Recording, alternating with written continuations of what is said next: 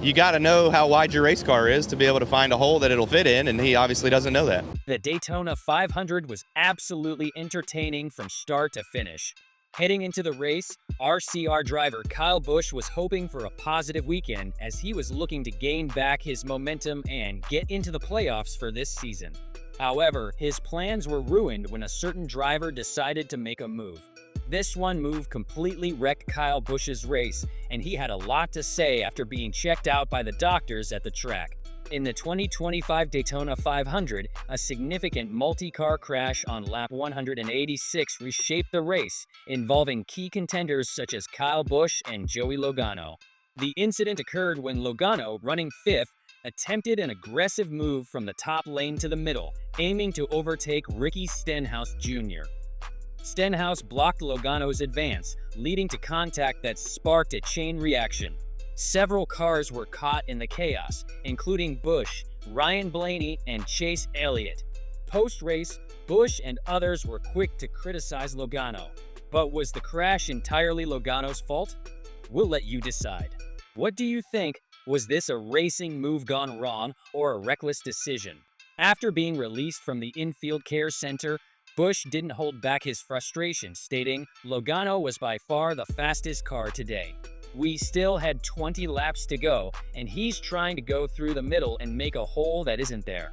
Just created chaos." Hendrick Motorsports Vice Chairman Jeff Gordon also pointed fingers at Logano.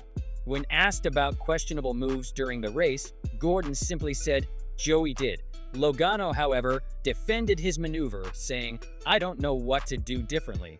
At the moment, it's easy to say, just don't make the move, but not making the move doesn't win the race either.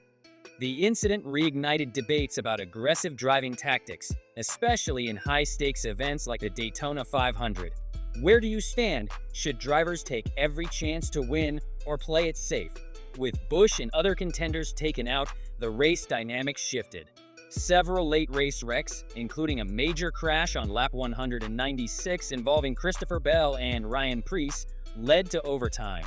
In the final lap, Denny Hamlin and Cole Custer made contact while battling for the lead, triggering another wreck that affected much of the field. William Byron, who had been running seventh, skillfully navigated through the chaos and held off Tyler Reddick to secure his second consecutive Daytona 500 victory. The win marked a historic moment for Hendrick Motorsports, earning them a record-setting 10th Daytona 500 victory. Do you think Byron is establishing himself as the next superspeedway dominator?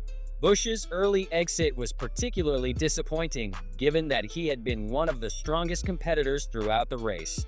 Driving the number 8 Chevrolet for Richard Childress Racing, he maintained a position in the top 10 for most of the day, demonstrating solid drafting ability and executing flawless pit stops. With less than 20 laps remaining, he was well positioned for a potential run at his first Daytona 500 win, an achievement that has eluded him throughout his decorated career. Will Busch ever break his Daytona 500 curse? For Busch, this race was supposed to be a turning point. Since joining Richard Childress Racing in 2023, he has struggled with consistency. While he found success early in his tenure, his results in 2024 were erratic, ultimately leading to him missing the NASCAR Cup Series playoffs. His aggressive driving style, which has earned him victories in the past, has also contributed to misfortunes, especially at superspeedways. The Daytona 500 presented an opportunity to start the 2025 season strong, but instead, it became another frustrating chapter in his superspeedway struggles. Can he recover and get back to his winning ways? Busch's struggles at the Daytona 500 are nothing new. Despite his impressive career, he has never won the Great American Race. Over the years, he has been caught in the big one multiple times, and in 2019, a late caution dashed his hopes of victory. This latest crash with Logano adds to the heartbreak, further cementing Daytona as one of his most elusive victories. Will 2026 finally be his year? With the disappointment of Daytona behind him, Busch must now focus on bouncing back in the coming races. The upcoming West Coast swing, featuring Atlanta, Las Vegas, and Phoenix, will be critical. Las Vegas, in particular, has been a strong track for Busch, where he last won in 2023. A solid performance there could serve as a momentum builder and reestablish him as a playoff contender. Do you think he can turn things around in the next few weeks? One of Busch's biggest obstacles at RCR has been inconsistency. While he has shown race-winning speed at times, poor finishes due to bad luck, mechanical issues, and risky moves have plagued him. To secure a playoff berth this season, he must find a balance between his aggressive style and smarter race management. Scoring stage points, making the most of his equipment, and ensuring he finishes races inside the top 10 will be crucial. Is Busch playing too aggressively, or does he need to push even harder? His relationship with crew chief Randall Burnett will also play a significant role in his potential success. The duo started strong in 2023, but last season was marred by strategic missteps and inconsistency. If they can recapture their early synergy, Busch's path to victory lane will become much clearer. Busch also faces pressure from within the Chevrolet camp.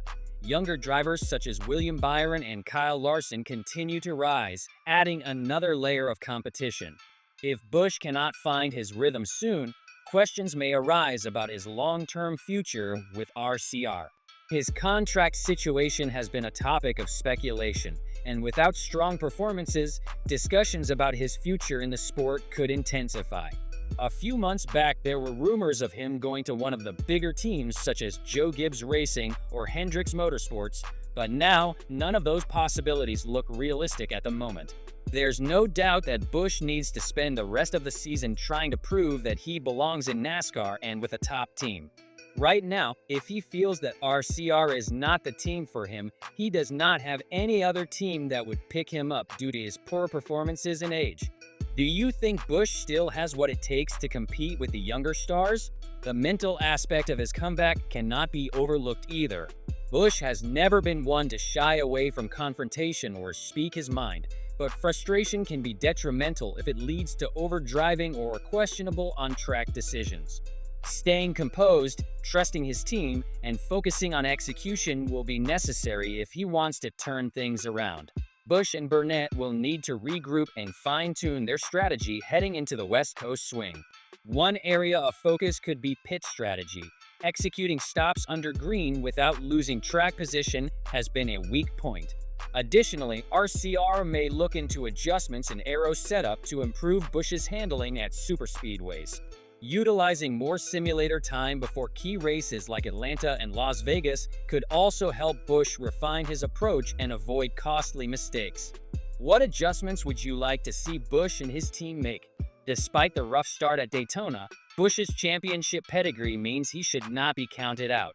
The season is long, and he has the talent and experience to mount a comeback. But if he hopes to return to the playoffs, the time to turn things around is now. Can Kyle Busch recover from this setback and make a deep playoff run? Share your thoughts in the comments below.